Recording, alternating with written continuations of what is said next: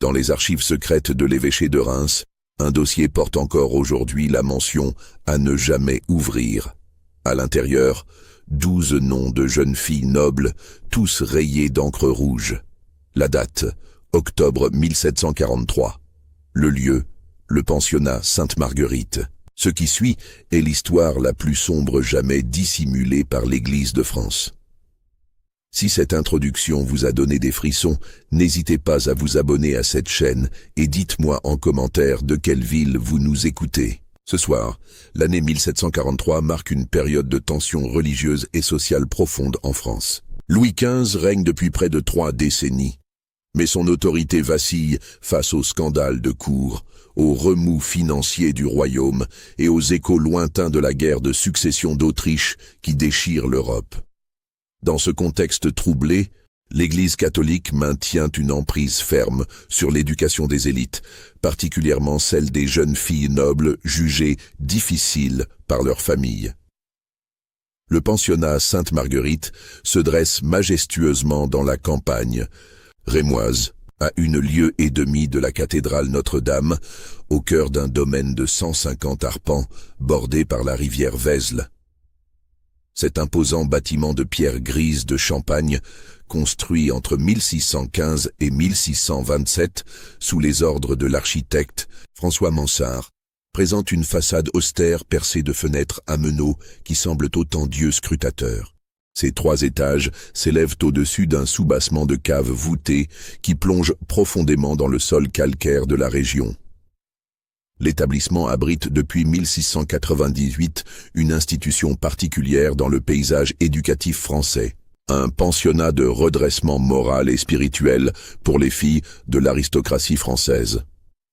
Officiellement, c'est un lieu d'éducation pieuse où les jeunes nobles apprennent les vertus chrétiennes, la musique, la broderie et les langues anciennes. En réalité, c'est une prison dorée où les familles influentes envoient leurs filles embarrassantes, celles qui menacent l'honneur familial ou compromettent des alliances stratégiques. L'architecture même du bâtiment trahit sa fonction véritable. Les fenêtres du 2e étage, où logent les pensionnaires, sont munies de barreaux forgés dissimulés derrière des rideaux de velours. Les escaliers principaux peuvent être barricadés en cas de trouble et un système de verrou intérieur permet d'isoler complètement les dortoirs du reste de l'établissement. Dans les caves, des cellules d'isolement accueillent les récalcitrantes les plus obstinées. Mère Agnès de Montclair, une femme austère de 58 ans au visage émacié par le jeûne et la prière, dirige cette institution d'une main de fer depuis 15 années. Ancienne dame de compagnie de la duchesse d'Orléans, elle a côtoyé les plus grands secrets de la cour avant de prendre le voile suite à un scandale dont elle ne parle jamais. Sa connaissance intime des rouages de la noblesse française fait d'elle la gardienne idéale des jeunes filles dont les familles préfèrent oublier l'existence. Sous son autorité, une dizaine de religieuses maintiennent l'ordre dans l'établissement. Sœur Marie-Thérèse de la Croix, trentenaire pieuse originaire de Lorraine, assure la surveillance nocturne. Sœur Élise du Saint-Sacrement, ancienne gouvernante dans une famille bourgeoise, enseigne les bonnes manières. Sœur Catherine de l'Immaculée Conception, la plus jeune à 24 ans, sert d'infirmière et prépare les tisanes calmantes qui maintiennent les pensionnaires dans un état de docilité relative. L'automne 1743 s'annonce particulièrement sombre à Sainte-Marguerite. La guerre qui ravage l'Europe a appauvri certaines familles nobles, rendant plus urgente encore la nécessité de préserver les héritages et les alliances. 12 pensionnaires séjournent dans l'établissement, âgés de 14 à 19 ans, chacune portant le poids d'un secret familial. Marguerite de Beaumont, 17 ans, fille du marquis de Beaumont, gouverneur de Compiègne, a été surprise dans les bras d'un jeune valet d'écurie. Son père, craignant le scandale, l'a envoyée à Sainte-Marguerite en attendant de lui trouver un époux assez éloigné de Versailles pour ignorer sa faute. Élisabeth de Rohan, 18 ans, refuse obstinément le mariage arrangé avec le comte de Brissac, un homme de 62 ans dont la fortune compenserait les dettes de jeu de son père. Catherine de Montmorency, 16 ans, a été découverte en possession de livres interdits de Voltaire et de pamphlets jansénistes. Sa passion pour les idées nouvelles inquiète une famille attachée à l'orthodoxie religieuse.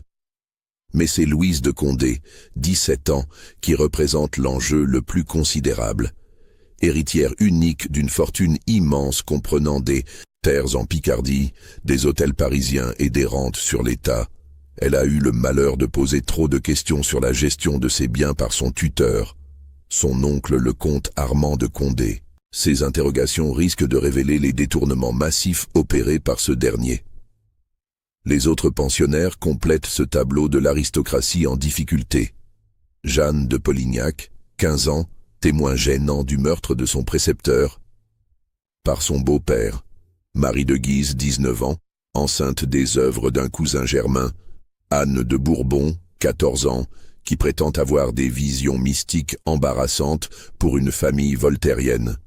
Françoise de la Rochefoucauld, 18 ans, surprise en flagrant délit de vol de bijoux familiaux pour financer une fuite avec son amant roturier.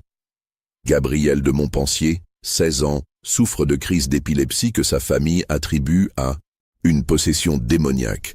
Charlotte de Nemours, 17 ans, refuse de prendre le voile malgré la promesse faite par ses parents à l'église en échange d'une dispense fiscale.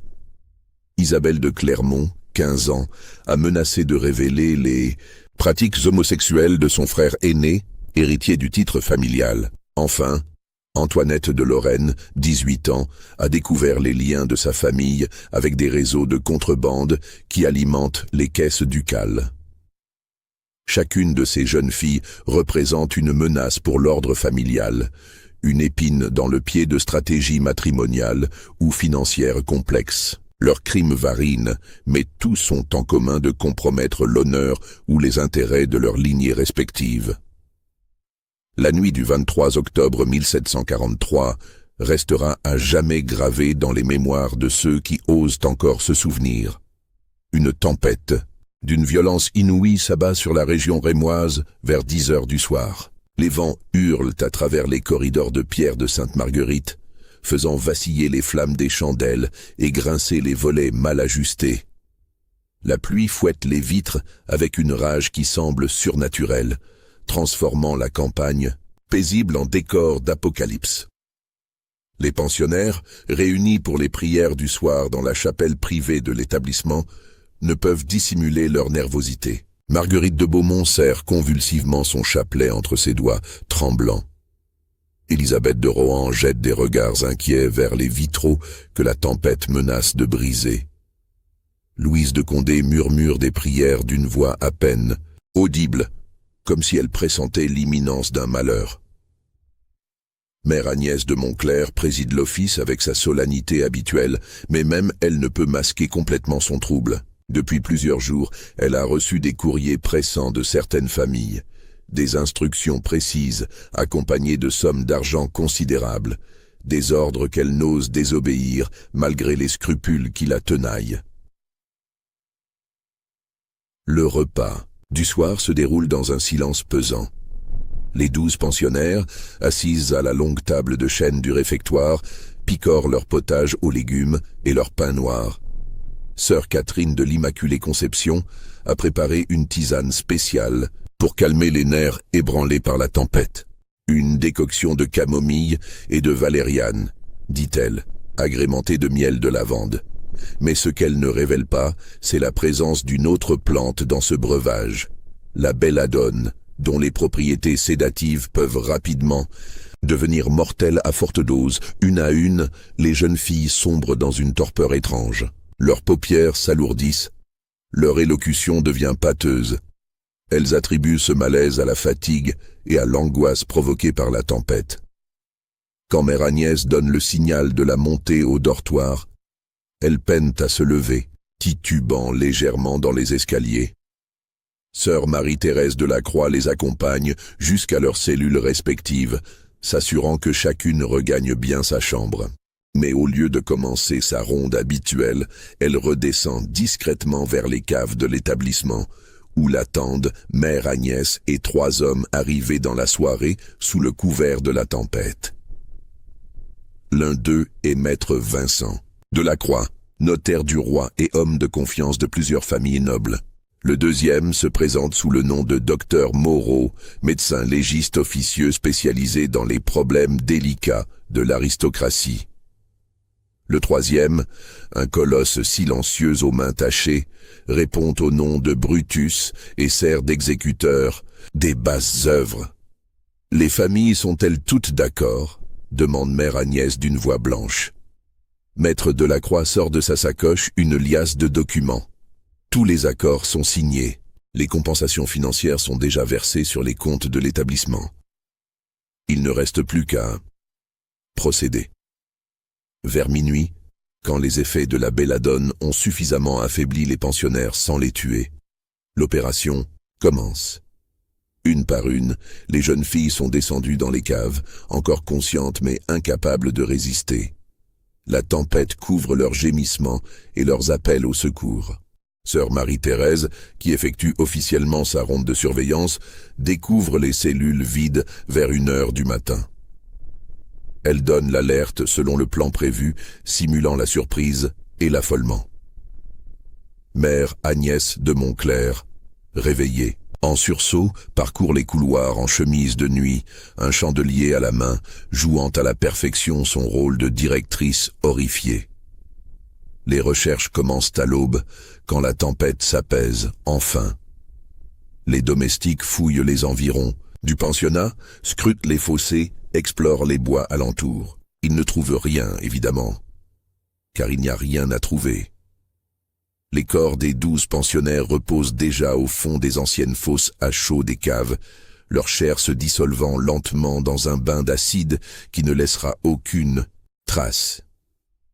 Les jours suivant la disparition révèlent une vérité plus troublante que la tragédie elle-même. Les courriers envoyés aux familles des pensionnaires reçoivent des réponses étonnamment uniformes dans leur indifférence. Toutes expriment le même détachement poli, la même absence d'émotion qui trahit une connaissance préalable des événements. Nous avions prévu de transférer notre fille dans un établissement plus strict, écrit le marquis de Beaumont. Sa disparition nous épargne cette démarche coûteuse. Le comte de Rohan se montre encore plus cynique. Élisabeth nous causait bien des soucis. Peut-être cette épreuve lui apprendra-t-elle enfin l'obéissance. Plus troublant encore, aucune famille ne se déplace à Reims pour participer aux recherches. Aucun père inquiet, aucune mère éplorée ne franchit les grilles de Sainte-Marguerite. Cette absence totale de réaction parentale résonne comme un aveu de culpabilité collective. Le comportement du personnel religieux soulève également des questions. Sœur Catherine de l'Immaculée Conception développe une nervosité extrême et refuse de préparer désormais les tisanes du soir.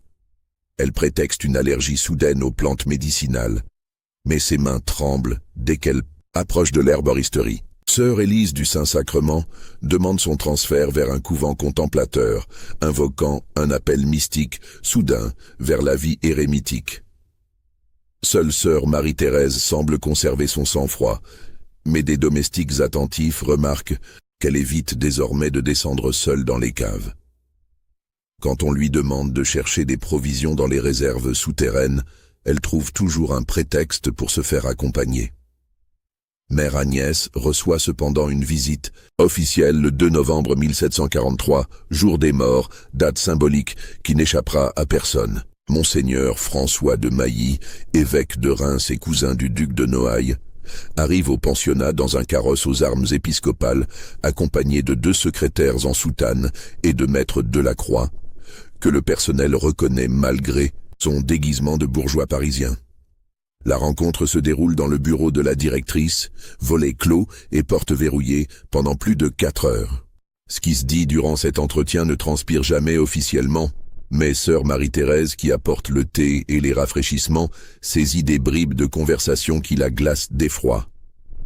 Les documents doivent disparaître, murmure l'évêque en feuilletant les registres de l'établissement. Tous les dossiers d'admission, toutes les correspondances familiales, tous les comptes financiers. Ces enfants n'ont jamais existé ici. Il faut réécrire l'histoire des 6 derniers mois. Maître Delacroix méticuleux comme toujours, sort de sa sacoche plusieurs parchemins officiels portant le sceau royal. « Voici les actes de décès antidatés », déclare-t-il d'une voix neutre. « Accident de voiture sur la route de Paris, près de Château-Thierry. 12 victimes. Les corps ont été inhumés discrètement dans le cimetière paroissial local après identification par le curé. » Monseigneur de Mailly examine chaque document avec attention. « Les familles ont-elles toutes confirmé leur version ?» demande-t-il. « Parfaitement. Chacune prétendra avoir fait voyager sa fille vers un autre établissement. L'accident s'est produit durant le trajet. Aucune famille ne se déplacera pour vérifier. Elles sont toutes reconnaissantes de la solution apportée à leurs problèmes. » La cynique froideur de ses propos bouleverse sœur Marie-Thérèse, qui renverse une partie du thé en servant. Mère Agnès lui jette un regard d'avertissement qui ne laisse aucun doute sur le sort réservé aux indiscrètes. Durant les semaines suivantes, Sainte Marguerite connaît une activité nocturne inhabituelle. Des ouvriers maçons venus de Paris travaillent dans les caves, scellant définitivement certaines fosses et modifiant l'agencement des réserves. Officiellement, ils modernisent les installations de stockage. En réalité, ils effacent les dernières traces du massacre. Parallèlement, les archives de l'établissement sont entièrement reconstituées. De nouveaux registres remplacent les anciens, antidatés et rédigés d'une main différente. Les noms des 12 victimes disparaissent purement et simplement des documents officiels, comme si elles n'avaient jamais franchi les grilles du pensionnat. Si ces révélations vous donnent des frissons, n'hésitez pas à liker cette vidéo et dites-moi en commentaire ce que vous pensez qu'il s'est réellement passé cette nuit-là. L'enquête officielle sur la disparition des pensionnaires de Sainte-Marguerite ne dure que 8 jours. Un délai remarquablement court pour une affaire impliquant 12 jeunes filles de l'aristocratie. Le lieutenant criminel de Reims, Pierre-Antoine de Montcalm, classe le dossier après avoir reçu les témoignages de Mère Agnès et de son personnel, ainsi que les confirmations écrites des familles concernées. Version officielle consignée dans les archives judiciaires. Les 12 pensionnaires ont organisé une évasion collective dans la nuit du 23 octobre, profitant de la tempête pour masquer leur fuite. Elles ont tenté de rejoindre Paris, où certaines espéraient retrouver des complices. Leur voiture a versé sur la route de Château-Thierry, les tuant toutes sur le coup. Les corps, défigurés par l'accident et la pluie, ont été enterrés dans le cimetière paroissial local après identification sommaire par le curé du village. Cette version satisfait tout le monde. Trop facilement, trop rapidement, trop parfaitement. Mais certains témoins ne peuvent oublier ce qu'ils ont vu ou entendu. Jean-Baptiste Moreau, palefrenier au pensionnat depuis 12 ans, confie à sa femme avoir découvert des traces de sang séché dans la cour d'honneur, le matin du 24 octobre. Des traces qu'on lui ordonne de nettoyer immédiatement avec du sable et de l'eau de Javel, avant l'arrivée des autorités. « Il y en avait beaucoup ?» murmure-t-il à son épouse en regardant ses mains encore tachées. « Trop pour un simple accident d'évasion. Et puis, ces marques. On aurait dit qu'on avait traîné quelque chose de lourd sur les pavés. Plusieurs fois. Vers les caves. » Marie Moreau, lingère à l'établissement, fait une découverte troublante en lavant les draps des pensionnaires. Plusieurs chemises de nuit présentent des déchirures suspectes et des taches brunâtres qu'elle n'arrive pas à identifier. Quand elle en parle à sœur Élise, celle-ci lui ordonne de brûler immédiatement tout le linge et de n'en parler à personne. Plus inquiétant encore, Pierre Dufour, jardinier de l'établissement, remarque que les chiens errants de la région évitent désormais les abords du pensionnat. Ces animaux, qui fouillaient habituellement les détritus près des cuisines, semblent terrorisés par une odeur que lui-même ne perçoit pas. Ils gémissent et fuient dès qu'ils approchent du bâtiment principal. Sœur Marie-Thérèse développe une mélancolie profonde qui inquiète ses consoeurs. Elle refuse catégoriquement de retourner dans les anciens dortoirs des pensionnaires et demande son transfert vers un couvent de carmélites déchaussés en Normandie. Avant de partir, elle sollicite un entretien avec son confesseur, l'abbé François Rousseau, curé de la paroisse Saint-Martin de Reims. L'entretien se déroule dans la sacristie de l'église paroissiale, un matin brumeux de novembre. Sœur Marie-Thérèse, agenouillée derrière le grillage du confessionnal, libère un secret qui la ronge depuis des semaines. La nuit de la disparition, elle a entendu des cris. Pas des cris de joie ou d'excitation comme ceux d'une évasion réussie, mais des appels au secours déchirants, des supplications étouffées qui semblaient monter des entrailles de la terre. « Mon père », sanglote-t-elle, « j'ai menti aux autorités. Je n'ai pas découvert les cellules vides par hasard. J'étais dans l'escalier menant aux caves quand j'ai entendu ces voix. Elles appelaient leur mère. Elles suppliaient qu'on les épargne. Et puis, le silence. Un silence terrible qui me hante depuis. L'abbé Rousseau accueille cette confession avec un trouble profond. Homme de 60 ans, ancien aumônier militaire, il a vu la mort sous toutes ses formes. Mais quelque chose dans le récit de sœur Marie-Thérèse éveille ses soupçons. Il connaît la réputation ambiguë de Sainte Marguerite et les murmures qui courent dans la région sur les pratiques de l'établissement. Après le départ de la religieuse, l'abbé Rousseau mène sa propre enquête discrète. Il interroge les commerçants qui livrent le pensionnat, les artisans qui y travaillent occasionnellement, les paysans des environs. Tous confirment des détails troublants, livraisons nocturnes inhabituelles, présence d'hommes en noir les jours précédents, la disparition. Odeur pestilentielle s'échappant des caves durant plusieurs semaines. C'est à cette époque qu'apparaît un personnage clé de cette sinistre histoire, Thomas de Villeneuve, ancien secrétaire particulier de Monseigneur de Mailly, brutalement révoqué de ses fonctions le 15 novembre 1743. Officiellement, il a été surpris en état d'ébriété pendant l'office de la Toussaint. En réalité, il a eu accès à des documents qu'il n'aurait jamais dû voir. De Villeneuve, homme de 32 ans issu de la bourgeoisie parisienne, était entré au service de l'évêché 5 ans auparavant grâce à ses compétences exceptionnelles en droit canonique et en gestion administrative. Sa discrétion et son efficacité lui avaient valu la confiance de Monseigneur de Mailly, qui lui confiait les dossiers les plus sensibles. C'est ainsi qu'il a découvert, dans les archives personnelles de l'évêque, les véritables correspondances échangées avec les familles des pensionnaires de Sainte-Marguerite. Des lettres qui révèlent l'existence d'un système de séquestration organisé à l'échelle nationale, avec la complicité active des plus hautes autorités ecclésiastiques. Comprenant l'énormité de sa découverte et les dangers qu'elle représente, de Villeneuve effectue discrètement des copies des documents les plus compromettants. Quand sa révocation est annoncée, il a déjà constitué un dossier accablant qui implique des dizaines de familles nobles et plusieurs évêchés français.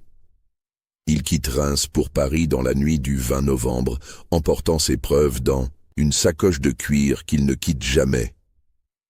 Dans la capitale, il trouve refuge chez son cousin germain, maître Antoine Leroux, avocat au Parlement de Paris, spécialisé dans les affaires criminelles. Les documents dérobés par Thomas de Villeneuve dressent le portrait terrifiant d'une institution qui dépasse largement le cadre de l'éducation religieuse. Sainte Marguerite fonctionne en réalité comme un centre de détention déguisé pour jeunes filles nobles indésirables, un système carcéral privé financé par les familles elles-mêmes. Les correspondances révèlent des tarifs précis selon la nature du problème à résoudre. Une détention temporaire coûte 1000 livres par an. Un emprisonnement à vie s'élève à 15 000 livres versés d'un coup. Mais il existe une troisième catégorie, la plus chère et la plus sinistre, l'effacement définitif, facturé 25 000 livres par personne. La lettre du marquis de Beaumont au sujet de sa fille Marguerite illustre parfaitement le cynisme de ce système. Ma fille a déshonoré notre nom par sa conduite scandaleuse. Sa présence compromet le mariage de sa sœur cadette avec le duc de Saint-Simon. Je vous prie de la maintenir dans votre établissement jusqu'à ce que cette union soit célébrée. Si d'aventure Marguerite persistait dans son obstination et menaçait de révéler certains arrangements familiaux, je vous autorise à recourir à la solution définitive. Plus glaçante encore, la correspondance du comte de Rohan révèle des motivations purement financières. Élisabeth refuse obstinément le mariage que j'ai arrangé avec le comte de Brissac.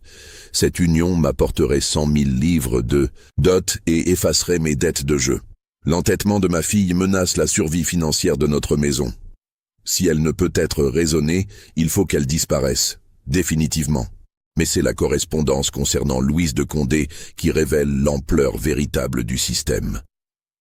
Cette jeune fille de 17 ans est l'héritière unique d'une fortune colossale comprenant 60 000 livres de rente annuelle, plusieurs châteaux, des terres en Picardie et en Champagne, ainsi que des parts dans la Compagnie des Indes.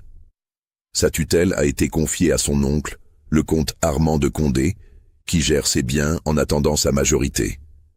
Louise devient dangereusement curieuse sur la gestion de son héritage, écrit le comte à Mère Agnès. Elle réclame des comptes détaillés que je ne peux lui fournir sans risquer la prison pour détournement. J'ai utilisé une partie de sa fortune pour financer mes propres investissements et rembourser des créanciers pressants. Il faut absolument qu'elle reste à Sainte-Marguerite jusqu'à ses 25 ans, âge auquel la loi me permettra de lui imposer un mariage de convenance. D'ici là, j'aurai trouvé une solution pour légitimer mes emprunts à sa fortune. Si elle persiste dans ses interrogations, vous savez quelle solution adopter. Les autres dossiers révèlent des motivations tout aussi sordides. Jeanne de Polignac a assisté au meurtre de son précepteur par son beau-père, qui convoitait les terres du premier mari de sa mère. Marie de Guise porte l'enfant de son cousin Germain, le futur duc de Lorraine, dont la réputation ne peut souffrir ce scandale. Anne de Bourbon prétend avoir des visions mystiques qui remettent en question l'orthodoxie religieuse prônée par sa famille. Thomas de Villeneuve découvre également l'existence d'un réseau national de pensionnats spécialisés similaires à Sainte-Marguerite. Des établissements religieux détournés de leurs fonctions éducatives pour servir de prison privée à l'aristocratie française. Les abbés de Saint-Denis et de Cluny, l'évêque de Meaux, celui de Sens, tous participent à ce système lucratif qui leur permet de financer leurs propres projets en échange de leur silence.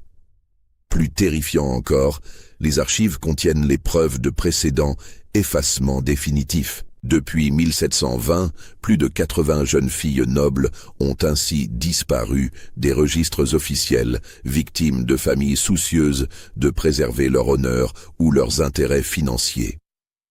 Comprenant qu'il détient les preuves d'un système criminel d'ampleur nationale, Thomas de Villeneuve tente d'approcher discrètement des magistrats intègres du Parlement de Paris. Mais ces démarches sont rapidement éventées. Le réseau de corruption s'étend jusque dans les plus hautes sphères de la justice royale. Le 15 décembre 1743, il reçoit la visite nocturne de deux hommes en noir qui se présentent comme des émissaires de la Providence. Ils lui proposent une somme considérable en échange de sa discrétion et de la restitution des documents volés. Face à son refus, ils deviennent menaçants. Votre cousin, l'avocat, a une femme charmante et 3 enfants en bas âge. Il serait dommage qu'un accident survienne à cette famille si respectable. Thomas de Villeneuve comprend que sa vie et celle de ses proches sont désormais en danger.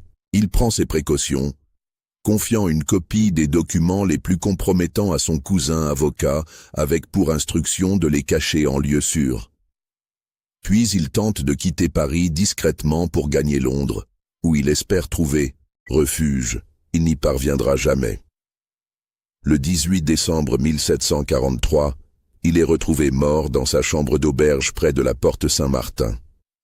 Officiellement, une crise cardiaque foudroyante a emporté ce jeune homme de 32 ans qui jouissait, jusqu'alors, d'une santé parfaite. Le médecin commis d'office, un certain docteur Moreau, le même qui officiait dans les caves de Sainte-Marguerite, signe le certificat de décès sans autopsie. Les documents de Villeneuve disparaissent mystérieusement de sa chambre avant l'arrivée des autorités. Seuls subsistent quelques papiers personnels sans importance et un bréviaire annoté.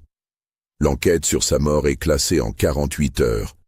Mais Thomas de Villeneuve avait anticipé ce dénouement tragique. Avant sa tentative de fuite, il avait confié à son cousin Antoine Leroux une cassette métallique contenant les copies des documents les plus accablants, avec pour instruction formelle de les cacher et de ne les révéler qu'en cas de certitude absolue quant à sa propre sécurité. Maître Leroux, terrorisé par l'assassinat de son parent et conscient des forces en présence, prend la décision de dissimuler la cassette dans les fondations de sa propre maison, rue Saint-Antoine. Il fait murer la cache derrière une pierre sculptée portant ses armoiries, espérant que ces preuves terrifiantes ne seront jamais découvertes. Les semaines suivantes confirment la sagesse de sa prudence. Plusieurs personnes liées de près ou de loin à l'affaire Sainte-Marguerite connaissent des fins brutales et suspectes. Sœur Marie-Thérèse, qui avait rejoint son couvent normand, meurt d'une fièvre soudaine et inexpliquée après seulement 15 jours de présence. L'abbesse rapporte qu'elle délirait dans ses derniers moments, parlant de fantômes ensanglantés qui venaient la chercher. Jean-Baptiste Moreau, le palefrenier qui avait découvert les traces de sang, se noie mystérieusement dans le puits de la ferme où il s'était retiré après avoir quitté Sainte-Marguerite. Sa femme le retrouve au petit matin, le corps coincé dans la margelle étroite. Impossible qu'il soit tombé accidentellement. Il aurait fallu qu'il soit soulevé et poussé de force dans l'orifice. L'abbé François Rousseau, le confesseur qui avait recueilli les confidences de sœur Marie-Thérèse, disparaît en se rendant à Reims pour rencontrer Monseigneur de Mailly. Son cheval revient seul à l'église Saint-Martin, la selle ensanglantée. Son corps ne sera jamais retrouvé, mais des bûcherons signalent avoir vu de la fumée noire s'élever d'un fournil abandonné dans la forêt de Retz. Marie Moreau, la lingère qui avait découvert les chemises tachées, succombe à un empoisonnement alimentaire fulgurant après avoir consommé des champignons cueillis dans son jardin. Des champignons qu'elle connaissait pourtant parfaitement depuis son enfance paysanne. Le massacre systématique des témoins gênants semble parfaitement orchestré, mais il comporte une faille. Les assassins ignorent l'existence des documents cachés par Maître Leroux. Pendant 46 années, ces preuves accablantes demeurent murées dans les fondations de la maison parisienne, attendant leur heure. Cette heure sonne en 1789, quand la Révolution française bouleverse l'ordre établi et libère les langues longtemps muselées. Les biens du clergé sont confisqués, les archives religieuses dispersées ou détruites, les anciens privilèges abolis. Dans ce chaos libérateur, d'anciens secrets remontent à la surface. C'est pendant cette période troublée qu'un révolutionnaire zélé du nom de Citizen Dufresne, ancien instituteur devenu commissaire aux saisies révolutionnaires, fouille méthodiquement l'ancien évêché de Reims à la recherche de preuves de corruption ecclésiastique. Son mandat lui donne tous les pouvoirs pour perquisitionner, confisquer et révéler les crimes de l'ancien régime. Dans une cave oubliée de l'évêché, dissimulée derrière de fausses cloisons, il découvre une malle de voyage contenant les véritables archives secrètes de plusieurs institutions religieuses de la région, dont Sainte-Marguerite. Parmi les documents, un registre personnel tenu par Mère Agnès de Montclerc elle-même, rédigé dans un code simple qu'il parvient à déchiffrer. Ce carnet révèle enfin la vérité atroce sur la nuit du 23 octobre 1743 et sur bien d'autres disparitions survenues au fil des décennies. Mère Agnès y consigne avec une froideur administrative les détails de chaque opération spéciale, comme elle nomme pudiquement les assassinats. L'entrée du 23 octobre 1743 glace le sang de Dufresne. Opération Sainte-Marguerite, accomplie selon les instructions des familles contractantes. Les 12 sujets ont été neutralisés entre minuit et 3 heures du matin, conformément au protocole établi par le docteur Moreau. La tisane à la belladone a facilité l'endormissement initial. L'extraction vers les caves s'est déroulée sans incident notable malgré la tempête. Procédure d'élimination. Strangulation pour éviter les écoulements sanguins. puis dissolution dans les fosses à chaud vives des anciennes carrières. Le docteur Moreau a supervisé les opérations pour garantir l'effacement complet des corps. Durée totale de dissolution estimée, 6 semaines. Compensation financière reçue, 300 000 livres versés sur le compte secret de l'établissement. Répartition, 200 000 livres pour l'évêché, 50 000 livres pour l'établissement, 30 000 livres pour les exécutants, 20 000 livres pour les frais annexes et les silences nécessaires. Famille contractante, toute satisfaite. Aucune réclamation à prévoir. Les actes de décès officiels ont été validés par Maître Delacroix et enregistrés dans les archives de Château-Thierry. L'histoire officielle tient parfaitement. Notes personnelles, les sujets 7 et 12, Gabriel de Montpensier et Antoinette de Lorraine ont montré une résistance inattendue aux sédatifs. Il a fallu augmenter les doses et recourir à des moyens mécaniques pour achever le processus. À prévoir pour les prochaines opérations. Le registre révèle également que Sainte-Marguerite n'était qu'un maillon d'un réseau national. Depuis 1715, plus de 200 jeunes filles nobles ont été ainsi effacées des registres officiels à travers la France. Les pensionnats de Sainte-Clotilde en Normandie, de Notre-Dame-des-Anges en Bourgogne, de Saint-Esprit en Provence, tous participaient à ce système d'assassinat institutionnalisé. Chaque établissement avait sa spécialité. Sainte-Marguerite traitait les problèmes d'honneur familial. Sainte-Clotilde se chargeait des questions d'héritage. Notre-Dame-des-Anges éliminait les témoins gênants. Saint-Esprit réglait les conflits de succession. Un catalogue de services mortifères au service de l'aristocratie française. Plus terrifiant encore, le registre contient les noms des commanditaires et des complices. Outre les familles directement impliquées, le réseau comptait des ramifications dans la haute magistrature, l'administration royale et même l'entourage de Louis XV. Le contrôleur général des finances, Claude Leblanc, le chancelier René, Nicolas-Charles Augustin de Maupoux, le confesseur du roi Pierre-François-Xavier de Charlevoix, tous avaient connaissance du système et fermaient les yeux moyennant des compensations financières substantielles.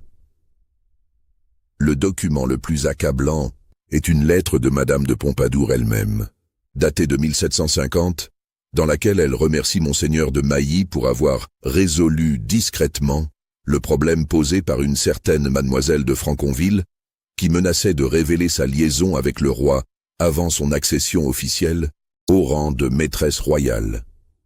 Citizen Dufresne, ancien instituteur habitué aux injustices de l'Ancien Régime, est néanmoins bouleversé par l'ampleur et la cruauté du système qu'il vient de découvrir. Il comprend qu'il détient les preuves du plus grand scandale criminel de l'histoire de France, impliquant les plus hautes personnalités du royaume dans l'assassinat systématique de centaines de jeunes filles innocentes.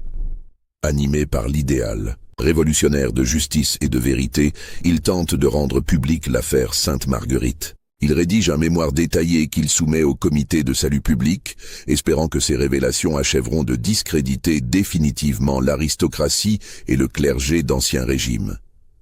Mais la France révolutionnaire de 1789 a d'autres priorités que les crimes du passé. Le pays bascule dans une révolution sanglante qui consume ses propres enfants. Les révélations de Dufresne se perdent dans le chaos de la terreur, noyées sous les accusations, les dénonciations et les exécutions qui ensanglantent quotidiennement Paris. Robespierre lui-même, consulté sur l'opportunité de révéler ces crimes anciens, décide de les utiliser plutôt comme arme politique. Les documents de Sainte-Marguerite deviennent un moyen de chantage contre les familles nobles qui ont survécu au premier tumulte révolutionnaire. Plutôt que de révéler leurs crimes passés, le comité de salut public préfère les contraindre à livrer leurs biens et leurs richesses sous peine de dénonciation publique. Cette stratégie fonctionne parfaitement. Les familles de Beaumont, de Rohan, de Montmorency, de Condé et toutes les autres impliquées dans le réseau abandonnent sans résistance leurs châteaux, leurs terres et leurs trésors. Elles acceptent l'exil ou la ruine plutôt que de voir leurs crimes révélés au grand jour. Mais la Révolution dévore ses propres artisans. En 1794, Citizen Dufresne finit lui-même sur l'échafaud, accusé de modérantisme et de complicité avec les ennemis du peuple. Son crime ? Avoir suggéré qu'il fallait épargner les enfants des familles nobles, même si leurs parents étaient coupables d'assassinat. Cette position humaniste est jugée contre-révolutionnaire par les extrémistes du moment. Avant son exécution, Dufresne confie les documents de Sainte-Marguerite à son secrétaire, le jeune Pierre Marat, neveu du célèbre Jean-Paul Marat. Celui-ci, terrifié par le sort de son patron, décide de cacher les preuves plutôt que de les révéler. Il les dissimule dans les nouvelles archives nationales créées par la Révolution, les classant sous une cote anodine qui masque leur véritable contenu. Les années passent. L'Empire succède à la République. Puis, la Restauration à l'Empire. Les familles nobles retrouvent progressivement leur influence et leurs biens. Elles veillent jalousement à ce que l'affaire Sainte-Marguerite reste définitivement enterrée, corrompant archivistes et fonctionnaires pour s'assurer du silence éternel des documents compromettants. En 1815, après Waterloo, une mystérieuse série d'incendies ravage plusieurs dépôts d'archives en France. Les fonds concernant les institutions religieuses d'Ancien Régime sont particulièrement touchés. Officiellement, ces sinistres résultent de négligence ou d'accidents. En réalité, ils sont orchestrés par les familles survivantes pour effacer définitivement les traces de leurs crimes. Cependant, quelques documents échappent à cette destruction organisée. Pierre Marat, devenu conservateur aux Archives nationales sous la Restauration, a pris soin de disperser les copies les plus importantes dans différents dépôts secrets.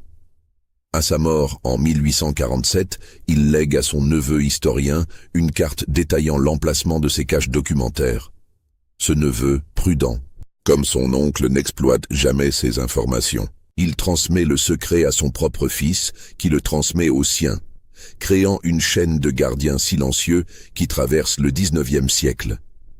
Chaque génération comprend le danger mortel que représentent ces révélations et préfère préserver le secret familial plutôt que d'affronter la vengeance des familles impliquées. En 1871, pendant la Commune de Paris, les derniers incendies accidentels achèvent de détruire les archives compromettantes. L'hôtel de ville brûle, emportant avec lui de nombreux documents sur l'Ancien Régime. Les communards sont accusés de vandalisme, mais certains incendies sont en réalité allumés par des agents des grandes familles nobles qui profitent du chaos pour effacer leurs dernières traces. Au début du XXe siècle, l'affaire Sainte-Marguerite semble définitivement oubliée. Les familles impliquées ont retrouvé leur respectabilité. Leurs descendants occupent des postes influents dans la politique, l'armée, la diplomatie et les affaires. Quelques historiens évoquent parfois d'étranges disparitions de jeunes filles nobles au XVIIIe siècle, mais leurs recherches se heurtent à des archives lacunaires et à des silences persistants. Pourtant, en 1943, 200 ans exactement après le massacre, un événement inattendu relance l'affaire. Des ouvriers allemands, creusant des abris anti-aériens dans les caves de l'ancien pensionnat Sainte-Marguerite, transformé en caserne de la Wehrmacht, découvrent des ossements humains dans d'anciennes fosses à chaux. L'analyse sommaire révèle les restes d'une dizaine de squelettes féminins, tous âgés de 15 à 20 ans au moment de leur mort. L'officier SS responsable de l'enquête, le Hauptsturmführer Klaus Bergmann, s'intéresse à cette découverte. Pour des raisons personnelles, il prépare une thèse de doctorat en histoire sur les crimes de l'Ancien Régime français. Ses investigations le mènent aux archives de l'évêché de Reims, où il découvre le fameux dossier portant la mention « à ne jamais ouvrir ». Bergmann parvient à reconstituer une partie de l'histoire grâce aux documents conservés par l'Église, mais l'invasion alliée de 1944 interrompt ses recherches. Il emporte ses notes en Allemagne, où elles disparaissent dans le chaos de la défaite nazie. Lui-même meurt sur le front de l'Est, emportant ses découvertes dans la tombe. Après la guerre, les autorités françaises classent la découverte des ossements comme vestiges archéologiques d'époque indéterminée. L'ancien pensionnat est rasé pour construire un lotissement, et les dernières traces physiques du massacre disparaissent sous le béton de la reconstruction. Vous croyez que tout a été révélé dans cette affaire? Dites-moi en commentaire ce que vous en pensez. Abonnez-vous à la chaîne et partagez cette histoire avec ceux qui aiment les mystères les plus sombres de l'histoire de France. Aujourd'hui, en 2025, l'affaire Sainte-Marguerite reste l'un des secrets les mieux gardés de l'histoire française. Dans les archives de l'évêché de Reims, le dossier porte toujours la mention « à ne jamais ouvrir », témoignage d'une volonté de silence qui traverse les siècles.